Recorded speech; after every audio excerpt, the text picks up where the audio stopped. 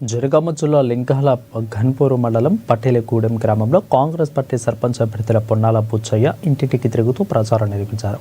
తనకు ఓటు వేసి గెలిపించారని కోరారు. గ్రామ అభివృద్ధికి నిధులు తీసుకొచ్చి గ్రామాన్ని అభివృద్ధి చేస్తానని అన్నారు. గ్రామంలో నెలకొన్న సమస్యల పట్ల తనకు అవగాహన ఉందని, ఆ సమస్యల పరిష్కారం దిశగా ప్రజల మధ్యలో ఉంటూ పనిచేస్తానని తెలియజేశారు. ఇక గ్రామ ప్రజలందరూ బ్యాట్ గుర్తుకు ఓటు వేసి గెలిపించాలని కోరారు.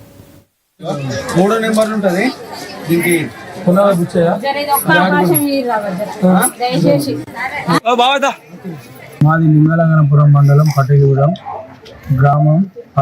కాంగ్రెస్ పార్టీ తరఫున బలపరిచిన అభ్యర్థిగా పోటీ చేస్తున్నాను. పొన్నాల బుచ్చయ్య అని నేను.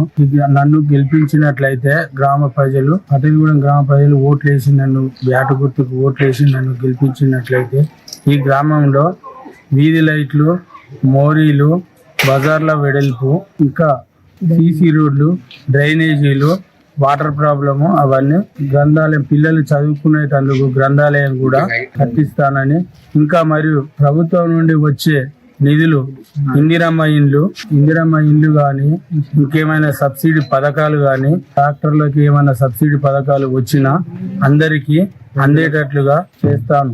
మరియు ఇంకా ఎక్కువ నిధులు తేవడానికి కృషి చేస్తాను. మన కడియం శ్రీహరి మన ఎమ్మెల్యే పైన కాంగ్రెస్ పార్టీ ఉన్నది. మనకు ఈ స్టేషన్ గన్పూర్ నియోజకవర్గానికి కడియం శ్రీహరి ఎమ్మెల్యే గారు ఉన్నారు. మా వరంగల్ పార్లమెంటు అభ్యర్థిగా కడియం కావే ఉన్నారు.